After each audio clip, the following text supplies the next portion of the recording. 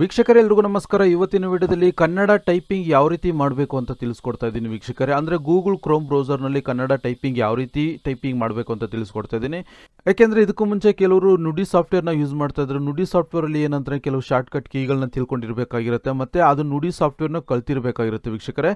ಆದರೆ ನುಡಿ ಸಾಫ್ಟ್ವೇರ್ ಬದಲು ಈ ಕನ್ನಡ ಟೈಪಿಂಗ್ ಮಾಡೋಂಥ ಟೂಲ್ ಹೇಳ್ಕೊಡ್ತಾ ಇದ್ದೀನಿ ನೋಡಿ. ಇದರಲ್ಲಿ ಈಸಿಯಾಗಿ ಕನ್ನಡ ಟೈಪಿಂಗ್ ಮಾಡ್ಬೋದು.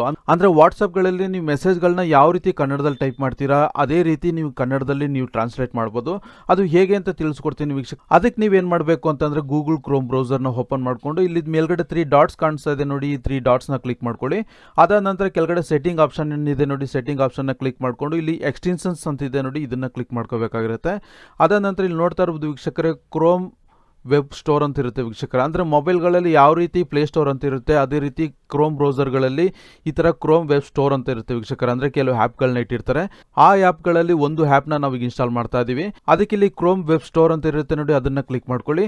ಅದಾದ ನಂತರ ಇಲ್ಲಿ ಸರ್ಚ್ ಆಪ್ಷನಲ್ಲಿ ಗೂಗಲ್ ಇನ್ಪುಟ್ ಟೂಲ್ ಅಂತ ಇರುತ್ತೆ ನೋಡಿ, ಈ ಟೂಲ್ನ ಸೆಲೆಕ್ಟ್ ಮಾಡ್ಕೊಂಡು ಇಲ್ಲಿ ಆ್ಯಡ್ ಟು ಕ್ರೋಮ್ ಅಂತ ಇರುತ್ತೆ ನೋಡಿ, ಇದನ್ನು ಕ್ಲಿಕ್ ಮಾಡ್ಕೊಳ್ಳಿ. ಅದಾದ ನಂತರ ಇಲ್ಲಿ ಆ್ಯಡ್ ಎಕ್ಸ್ಟೆನ್ಷನ್ಸ್ ಅಂತ ಇದೆ ನೋಡಿ, ಇದನ್ನು ಕ್ಲಿಕ್ ಮಾಡ್ಕೊಳ್ಳಿ. ಇದನ್ನ ಕ್ಲಿಕ್ ಮಾಡಿದ ನಂತರ ಇಲ್ಲಿ ನೋಡ್ತಾ ಇರಬಹುದು ವೀಕ್ಷಕ, ಇಲ್ಲಿ ಗೂಗಲ್ ಕ್ರೋಮ್ ವೆಬ್ ಬ್ರೌಸರ್ ಏನಿದೆ ಆ ವೆಬ್ ಬ್ರೌಸರ್ ನಲ್ಲಿ ಇಲ್ಲಿ ಇನ್ಸ್ಟಾಲ್ ಆಗಿರೋಂಥದ್ದು ವೀಕ್ಷಕರೇ. ಇದು ಗೂಗಲ್ ಕ್ರೋಮ್ ವೆಬ್ ಬ್ರೌಸರ್ ನಲ್ಲಿ ಇದು ಆ್ಯಡ್ ಆಗಿರೋಂಥದ್ದು. ಅದಾದ ನಂತರ ಇಲ್ಲೊಂದು ಆಪ್ಷನ್ ಕಾಣಿಸ್ತಾ ಇದೆ, ಇದನ್ನ ಕ್ಲಿಕ್ ಮಾಡ್ಕೊಳ್ಳಿ. ಇದನ್ನ ಕ್ಲಿಕ್ ಮಾಡ್ಕೊಂಡ್ಮೇಲೆ ಇಲ್ಲಿ ನೋಡ್ತಾ ಇರೋದು ಗೂಗಲ್ ಇನ್ಪುಟ್ ಟೂಲ್ಸ್ ಅಂತ ಕಾಣಿಸ್ತಾ ಇದೆ ನೋಡಿ.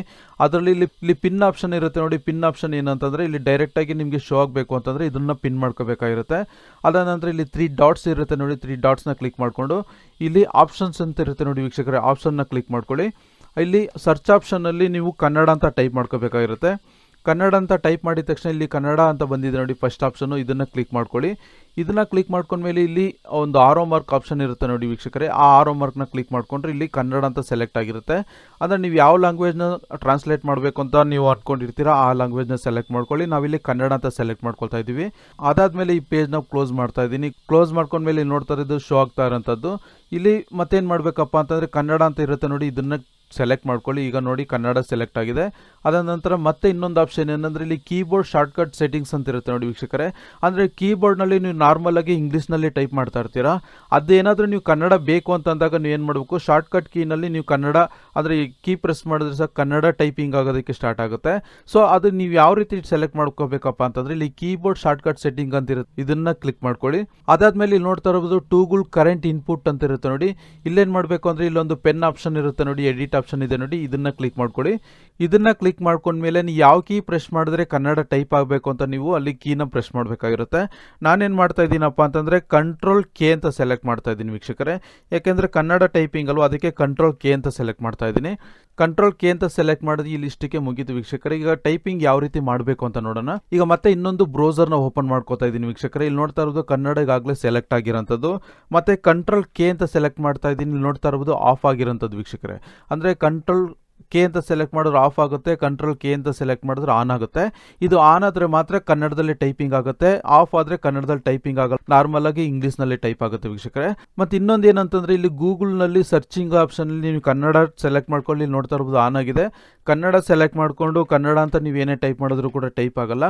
ಅದು ಯಾವುದೇ ಒಂದು ವೆಬ್ಸೈಟ್ ಒಳಗಡೆ ಮಾತ್ರ ಇದು ವರ್ಕ್ ಆಗೋಂಥದ್ದು ವೀಕ್ಷಕ. ಇದು ಎಕ್ಸಾಂಪಲ್ ತೊಗೋತೀನಿ, ಚಾರ್ಜ್ GPT ಈ ಒಂದು ವೆಬ್ಸೈಟ್ನೇ ತೊಗೊಳ್ತೀನಿ ವೀಕ್ಷಕರೇ. ಈ ವೆಬ್ಸೈಟ್ ಒಳಗಡೆ ನೀವು ಯಾವ ರೀತಿ ಟೈಪಿಂಗ್ ಮಾಡಬೇಕು ಅಂತಂದರೆ, ಈಗ ಇಲ್ಲಿ ಚಾರ್ಜ್ GPT ವೆಬ್ಸೈಟು ತೊಗೊಂಡಿದ್ದೀನಿ. ಈ ವೆಬ್ಸೈಟ್ ಒಳಗಡೆ ಯಾವ ರೀತಿ ಟೈಪಿಂಗ್ ಮಾಡಬೇಕು ನೀವು ನೋಡಿ, ಕನ್ನಡ ಆನ್ ಆಗಿರೋಂಥದ್ದು. ಇವಾಗ ನಾನೇನು ಮಾಡ್ತಾ ಇದ್ದೀನಿ ಅಂದರೆ ಇಲ್ಲಿ ಕನ್ನಡ ಅಂತಲೇ ಟೈಪ್ ಮಾಡ್ತಾ ಇದ್ದೀನಿ. ನೋಡ್ತಾ ಇರೋದು ವೀಕ್ಷಕರೇ, ಕನ್ನಡ ಅಂತ ಟೈಪ್ ಮಾಡ್ತಿದ್ದೀನಿ. ಅದಾದ ನಂತರ ಈ ನುಡಿಗಳಲ್ಲಿ ಏನು ಮಾಡಬೇಕಪ್ಪ ಅಂತಂದರೆ, ನಾನು ಅಂತ ಟೈಪ್ ಮಾಡೋದಕ್ಕೆ ಎನ್ ಪ್ರೆಸ್ ಮಾಡಿ, ಶಿಫ್ಟ್ ಎ ಪ್ರೆಸ್ ಮಾಡಿ, ಆಮೇಲೆ ಎನ್ ಪ್ರೆಸ್ ಮಾಡಿ ಯು ಪ್ರೆಸ್ ಮಾಡಬೇಕಿತ್ತು. ಕೆಲವು ಶಿಫ್ಟ್ಗಳನ್ನ ಯೂಸ್ ಮಾಡಬೇಕು ಮತ್ತು ಎಫ್ನ ಯೂಸ್ ಮಾಡಬೇಕಿತ್ತು ನುಡಿಗಳಲ್ಲಿ. ಬಟ್ ಇದರಲ್ಲಿ ಯಾವ ರೀತಿ ಇರುತ್ತೆ ಅಂತಂದರೆ, ನೀವು ನಾರ್ಮಲ್ ಆಗಿ ಮೆಸೇಜ್ಗಳು ಯಾವ ರೀತಿ ಟೈಪ್ ಮಾಡ್ತೀರೋ ಅದೇ ರೀತಿ ಟೈಪ್ ಮಾಡ್ಬೋದು. ಈಗ ನಾನು ಅಂತ ಟೈಪ್ ಮಾಡೋದಕ್ಕೆ NANU ಅಂತ ಟೈಪ್ ಮಾಡಿದ್ರೆ ಸಾಕು, ನಾನು ಅಂತ ಆಗುತ್ತೆ. ಈಗ ಮನೆಗೆ ಅಂತ ಟೈಪ್ ಮಾಡೋದಕ್ಕೆ MANEGE ಅಂತ ಟೈಪ್ ಮಾಡೋದು ಸಾಕು, ಮನೆಗೆ ಅಂತ ಟೈಪ್ ಆಗುತ್ತೆ. ಇಲ್ಲಿ ನುಡಿಗೂ ಇದಕ್ಕೂ ತುಂಬ ವ್ಯತ್ಯಾಸ ಇರುತ್ತೆ ವೀಕ್ಷಕರೇ. ನುಡಿ ಬಂದು ಕಲ್ತಿರ್ಬೇಕಾಗಿರುತ್ತೆ, ಬಟ್ ಇದು ಯಾವುದೇ ರೀತಿ ಕಲಿಯೋ ಅವಶ್ಯಕತೆ ಇರಲ್ಲ. ನೀವು ನಾರ್ಮಲ್ ಆಗಿ ಟೈಪ್ ಮಾಡಿದ್ರೆ ಅದು ಆಟೋಮೆಟಿಕ್ ಆಗಿ ಟೈಪ್ ಆಗುತ್ತೆ. ಇದು ಬರೀ ಚಾರ್ಜ್ GPT ಮಾತ್ರ ಅಲ್ಲ, ಎಲ್ಲ ವೆಬ್ಸೈಟ್ ಇನ್ಪುಟ್ನಲ್ಲೂ ಕೂಡ ನೀವು ಇದನ್ನು ಅಪ್ಲೈ ಮಾಡ್ಬೋದು. ಮತ್ತೆ ಇನ್ನೊಂದು ಎಕ್ಸಾಂಪಲ್ಗೆ ನಾಡ ಕಚೇರಿ ಸಾಫ್ಟ್ವೇರಲ್ಲೂ ಕೂಡ ಇದು ಅಪ್ಲೈ ಮಾಡಿ ತೋರಿಸ್ತೀನಿ ವೀಕ್ಷಕರು ಯಾವ ರೀತಿ ವರ್ಕ್ ಆಗುತ್ತೆ ಅಂತ. ಈಗ ಇಲ್ಲಿ ನೋಡ್ತಾ ಇರ್ಬೋದು ವೀಕ್ಷಕರೇ, ನಾಡ ಕಚೇರಿಲೂ ಕೂಡ ಯಾವ ರೀತಿ ಎಕ್ಸಾಂಪಲ್ಗೆ ಟೈಪಿಂಗ್ ಮಾಡಬೇಕು ಕನ್ನಡದಲ್ಲಿ ಅಂತ ತಿಳಿಸ್ಕೊಡ್ತೀನಿ.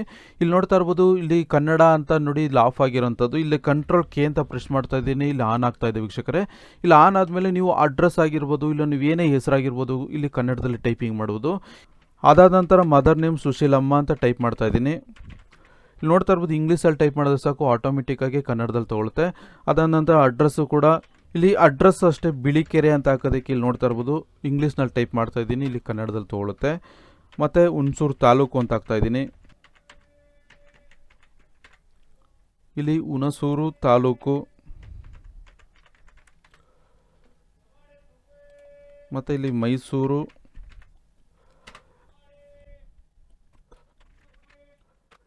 ಇಲ್ಲಿ ನೀವು ನಾರ್ಮಲ್ ಆಗಿ ಇಂಗ್ಲೀಷ್ನಲ್ಲಿ ಟೈಪ್ ಮಾಡಿದ್ರೆ ಸಾಕು ಆಟೋಮೆಟಿಕ್ಕಾಗಿ ಕನ್ನಡದಲ್ಲಿ ತೊಗೊಳುತ್ತೆ ವೀಕ್ಷಕರೇ.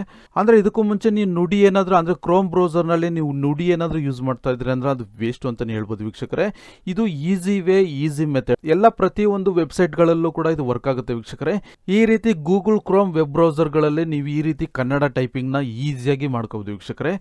ಈ ವಿಡಿಯೋ ಏನಾದರೂ ನಿಮ್ಗೆ ಇಷ್ಟ ಆಗಿದ್ದರೆ ನಮ್ಮ Prajit Mysuru technical support YouTube ಚಾನಲ್ನ ಲೈಕ್ ಮಾಡಿ, ಸಬ್ಸ್ಕ್ರೈಬ್ ಮಾಡಿ, ಹಾಗೆ ಪಕ್ಕದಲ್ಲಿ ಕಾಣ್ತಾರಂಥ ಬೆಲ್ ಐಕನ್ನ ಕ್ಲಿಕ್ ಮಾಡ್ಕೊಳ್ಳಿ. ಈ ವಿಡಿಯೋ ನೋಡಿದ್ದಕ್ಕೆ ಧನ್ಯವಾದಗಳು. Thank you for watching.